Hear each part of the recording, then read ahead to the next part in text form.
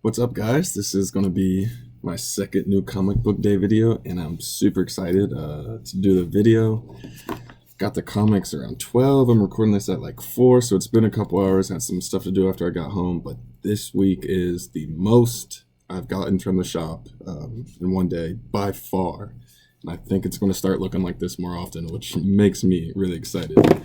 My stack is pretty thick. So let's just dig into some stuff that I got. This first one, let's see, Atlantis Attacks 4. So I knew there's an Atlantis Attacks tie-in for the King in Black event that's coming up by Donny Cates and Ryan Stegman, and I had put that on my pull list. I didn't necessarily ask for the title itself outside of the tie-ins to that event. But it was there when I went in the shop today, and I mean, it's written by Greg Pak. He wrote Planet Hulk, which is my favorite Hulk story. I love that story. So I'm definitely going to give it a try. I mean, see what's going on in this world, maybe before the event. It's also pretty nice as well. Have absolutely no clue what's going on in the world of Namor or Atlantis or anything like that. So this is all totally new to me. Definitely give it a try, see how it goes. Maybe I'll pick up the next couple of issues leading into the tie-in events, and then we'll just kind of see how it goes from there. But I'll get that one in. I saw this just sitting up there. It looks dope. It's called Origins. It's a Boom Studios book. This is book 1.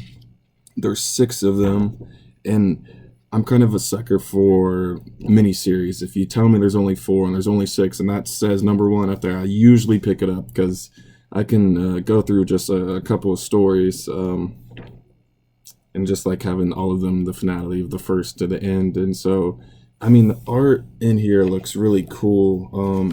I really like it just from the first couple of pages that I flipped through. In the shop deciding if I was actually going to get it. There's some... of it being called Origins, it looks like it's in some like dystopian future where the world kind of is overrun. It's set in like a large city, but all the buildings are falling down. There's moss and trees and greenery growing over them. And in one of the panels it shows cavemen right here. So maybe it's just talking about I don't know, the origins of humanity, how we got here now, and why everything's gone to crap. And there's a child that's kind of seems like a main focus point. There's a little baby here in the blue cloth. I don't know. It looks really cool. It's got the 6 stories to it. I'm excited. I hope the story goes great, and I hope I'm looking forward to the next couple of them. Next, Wolverine, Black, White, and Blood. This just looked really cool. As soon as I saw it, I was like, wow. And Jerry Duggan is who's writing it.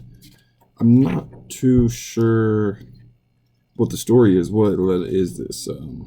Just kind of a mini thing? Is it an alternate reality? Is this all in continuity? Is this taking place alongside stuff that we're talking about in X the Swords type stuff? I'm not sure, but oh my goodness, wow, this splash page right at the start. This art is incredible. Everything seems to be black, white, and red colors on the inside, like the title of the story. But I mean, it looks amazing. Black, white, and blood for Wolverine. I mean, that just makes perfect sense, right? Next up, we got Guardians of the Galaxy. This is also a tie-in to King of Black in the future. I decided to pick it up. I mean, the Guardians are an interesting team. It's Empire Aftermath story. Al Ewing is on it. Al Ewing's who's doing Immortal Hulk, and people love that run. I have not got a chance to read anything of it. I haven't really picked any of those up, but I definitely would give Al Ewing a shot here on Guardians. I'm interested to see where the story goes, what it's all about. Yeah. Next is a huge indie book, Image Crossover by Donny Cates. There's been so much hype and prep over this book. Decided to read the first one. Geoff Shaw is our artist. Donny Cates is writing. Don't know exactly what the story is really all about. because I mean, obviously, this first issue, we kind of get to figure out what it's all about after I go through this. So I'm excited to get this going. It's got a lot of different stories that Donny Cates has wrote in the back. He's all over some stuff. Then I got 2 variants. I ordered them a while ago, but I'm just not getting them. Alex Ross, amazing, timeless variants. Spider-Woman, Daredevil. The stories within these, and the Daredevil one is Daredevil 23, which is a great story with Spider-Man cameos in that story, and Chip Zdarsky's on Daredevil, and I love the way that he writes Spider-Man. He has a trade called Spider-Man Life Story. Chip Zdarsky does. It's a really cool concept of Spider-Man where it starts. It's as if Spider-Man aged like you would in real life through the comics. So he starts as a teenager Spider-Man in the 60s. In the 70s, he's older, and then he actually ages to, the story gets into the 2010s, 2020, and Spider-Man's like the 70-year-old man. And it is really cool to see how that story progresses. It's drawn great. Peter Parker is amazing in there. Chip Zdarsky draws Peter Parker amazing in the couple of pages that he's in Daredevil 23. I thought were outstanding. I'd love to see Chip Zdarsky on Amazing Spider-Man. But then the Spider-Woman variant is Spider-Woman number 5. It's an interesting story they got on. Number 5 actually was Legacy 100 for Spider-Woman, but Spider-Woman's story currently is pretty interesting. I like where it's going so far. It's a nice story. I've always liked Spider-Woman as a character. And next, we got our X of Swords, number 12 of 22, chapter 12 of 22. This is X of Swords, X-Men number 14 by Jonathan Hickman. Very excited about this. I feel like I might have missed one of the chapters of X of Swords this week, because I don't think only one would have came out this week, but I only have one. Hopefully I didn't miss one. I'll get it if I missed it. I'll figure out how I can get hold of it. And now, Web of Venom, Empire's End. So is this the first story of King in Black? I do not know. But got a crazy ass null on the cover there. Empire's End. It's wrapping over the Empire event, it seems. Yeah, there's scrolls in here. So it's definitely talking about maybe this is a transition from everybody dealing with Empire, and now everyone be like, oh shit, there's this other guy coming to play. His name's Null, and he seems pretty freaking serious. So maybe that's what this story's about. I guess I'll figure out. Excited to read it. King of Black will be awesome. Here I go again with another Image comic, Walking Dead Deluxe, number 2. So, I mean, I just got into comics in the last couple of years, and I never read The Walking Dead when it came out years ago. Actually, I love the TV show. I've seen it once myself, and actually, so has my girlfriend. But we are rewatching the show now. We're currently on season 3. It's great. Even rewatching it is great. And now reading these comics once a month is really freaking cool, too.